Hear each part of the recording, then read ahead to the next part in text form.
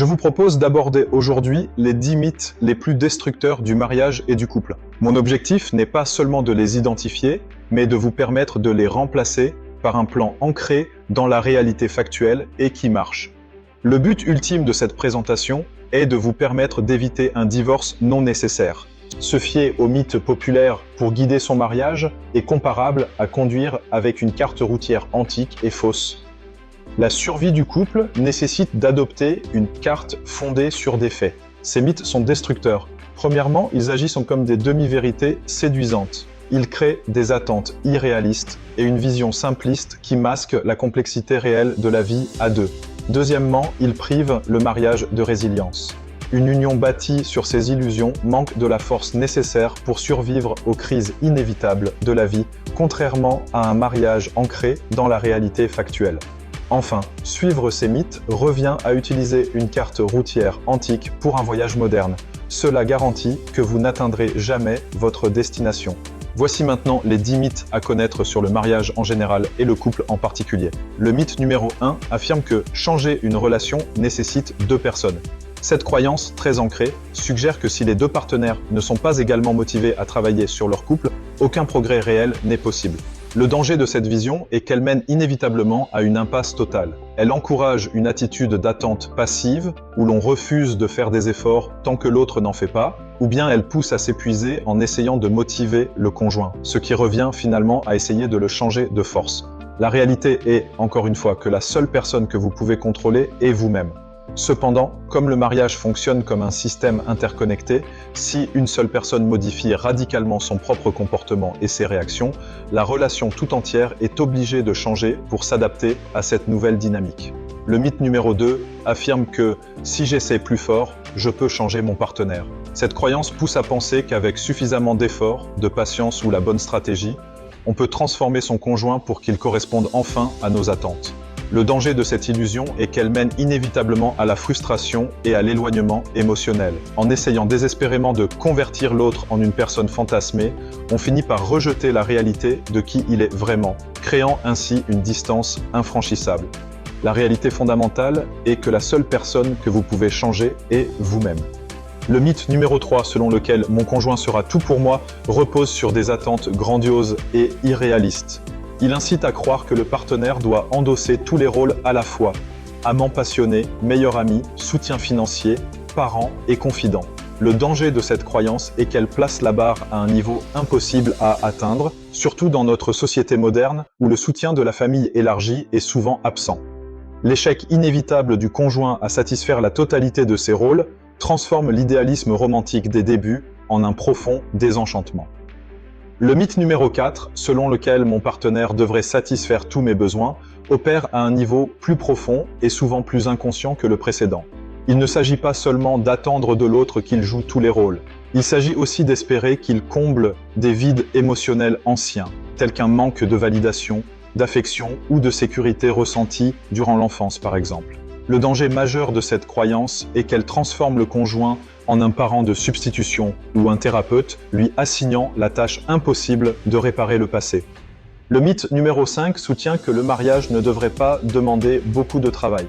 De nombreux couples entament leur vie commune avec la conviction romantique que l'amour triomphera de tout et que, une fois les premiers ajustements passés, la relation fonctionnera d'elle-même sans effort majeur. Le danger de cette croyance est qu'elle laisse les partenaires désarmés face à la complexité réelle de la vie conjugale, créant un sentiment d'échec dès que des difficultés surviennent. La réalité est que le mariage est intrinsèquement une entreprise ardue qui exige un effort constant, car une relation à long terme n'est jamais statique.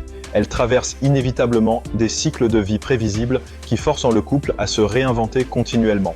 Ces défis commencent par la séparation nécessaire d'avec la famille d'origine et la négociation des rôles conjugaux. Ils se poursuivent avec le bouleversement causé par l'arrivée des enfants, qui drainent le temps et l'énergie du couple. Les partenaires doivent ensuite naviguer à travers les tempêtes de l'adolescence de leurs enfants, souvent simultanées avec leur propre crise de milieu de vie et la charge de leurs parents vieillissants. Enfin, il faut affronter le silence du nid vide, la retraite et les défis ultimes de la santé. Accepter que le mariage est par nature un travail difficile permet de normaliser ces tensions inévitables au lieu de les interpréter comme la fin de l'amour. Le mythe numéro 6 affirme que le mariage est une constante qui ne change pas. Cette croyance laisse penser qu'une fois qu'un couple a atteint un certain équilibre ou une relation satisfaisante, il peut se reposer sur ses lauriers, comme si le travail de construction était définitivement terminé.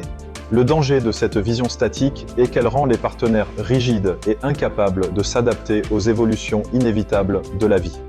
Lorsqu'un changement survient, qu'il s'agisse d'une évolution de carrière, de problèmes de santé ou simplement du temps qui passe, le couple risque d'interpréter cette modification comme une menace ou un échec de leur union, plutôt que comme une évolution normale. La réalité est que le mariage est une entité vivante qui doit constamment s'adapter et se réinventer. Les contrats implicites établis au début de la relation deviennent souvent obsolètes avec le temps. Si les partenaires refusent de renégocier ces rôles parce qu'ils croient que le mariage ne doit pas changer, ils créent des tensions inutiles. La survie du couple dépend donc de sa capacité à accepter que le changement est la seule véritable constante. Le mythe numéro 7 prétend que l'amour est uniquement un sentiment. Cette croyance populaire laisse entendre que l'amour est une émotion magique qui nous tombe dessus et que par conséquent, si les partenaires ne ressentent plus l'euphorie des débuts, ils sont impuissants et ne peuvent rien faire pour sauver leur relation. Le danger de cette vision est qu'elle favorise une passivité destructrice. En attendant que le sentiment revienne de lui-même, les conjoints laissent s'installer un éloignement émotionnel inévitable. Ce mythe confond la tonalité romantique et l'attirance sexuelle du début avec l'amour mature, laissant les partenaires démunis lorsque la passion s'estompe naturellement face à la routine et aux défauts de l'autre. La réalité est que l'amour est avant tout un acte de volonté, un choix conscient et non une simple émotion subie. Tout comme un athlète ou un musicien s'entraîne avec discipline pour que sa performance semble aisée et naturelle, l'amour mature exige un travail et une pratique constants. Le sentiment amoureux renaît souvent parce que l'on a choisi de poser des actes d'amour délibérés, même sans en avoir envie sur le moment. Le mythe numéro 8 prétend que mon âme sœur idéale est là, quelque part, attendant d'être trouvée. Cette croyance séduisante suggère que le malheur conjugal vient simplement du fait que l'on n'est pas avec la bonne personne et qu'il suffirait de trouver ce partenaire idéal ou ce prince charmant pour vivre enfin heureux pour toujours. Le danger insidieux de ce mythe est qu'il pousse l'individu à chercher la solution à ses problèmes relationnels à l'extérieur de lui-même. Au lieu d'examiner sa propre contribution aux difficultés actuelles, la personne investit son énergie dans l'idéalisation d'un partenaire fantasmé. Cela empêche tout travail réel sur soi et conduit souvent à répéter les mêmes erreurs. Sans une remise en question personnelle, on risque par exemple de quitter un conjoint difficile pour en épouser un autre présentant exactement les mêmes défauts. La réalité factuelle contredit l'espoir que le prochain mariage sera plus facile. Statistiquement, les chances de réussite lors d'un deuxième ou troisième mariage sont bien plus faibles que lors du premier, avec un taux de divorce avoisinant les 70%. Le succès d'une relation dépend de notre propre capacité à changer et à s'adapter, et non de la découverte d'une personne magique qui nous rendrait heureux.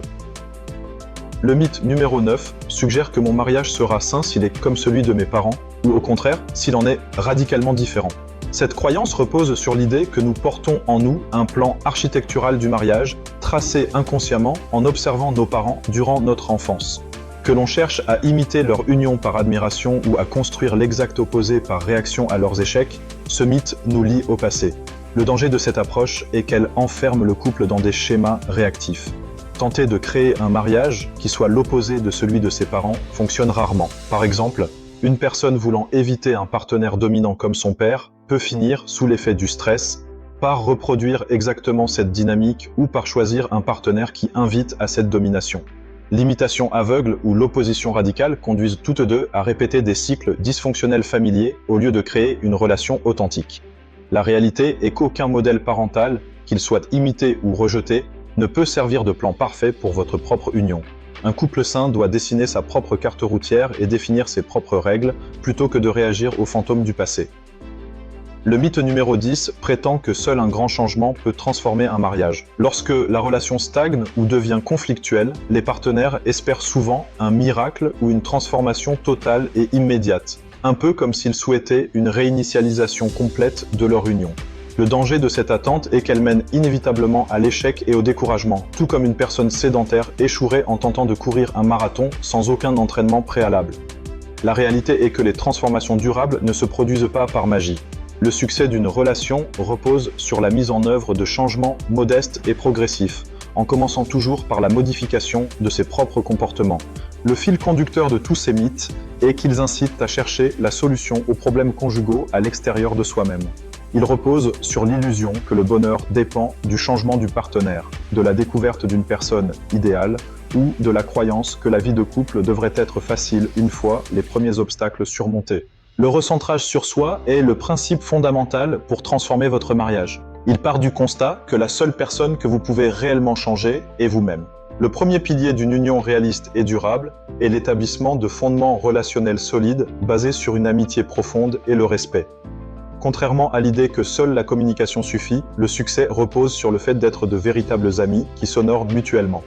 Le deuxième pilier est l'impératif du changement personnel par l'autocentration et la différenciation. Ce principe rappelle que la seule personne que l'on peut changer est soi-même, et que la survie du couple passe par l'examen de sa propre contribution au problème. Cela nécessite de développer la différenciation de soi, c'est-à-dire la capacité de rester soi-même, de définir ses convictions et de rester non réactif face à l'anxiété du conjoint, sans chercher à le contrôler. Le troisième pilier est l'engagement ferme couplé à l'acceptation des dures réalités conjugales. Il faut adopter une vision à long terme en fermant les sorties, c'est-à-dire en refusant d'envisager la séparation à chaque difficulté. La qualité de votre mariage est littéralement une question de santé vitale. Les études démontrent qu'un mariage sain agit comme une véritable source de bien-être pour les conjoints, renforçant directement le système immunitaire et les défenses du corps contre la maladie. Travailler sur votre relation est un investissement essentiel pour votre santé physique et mentale à long terme. Contactez-moi sans engagement pour voir si je peux vous aider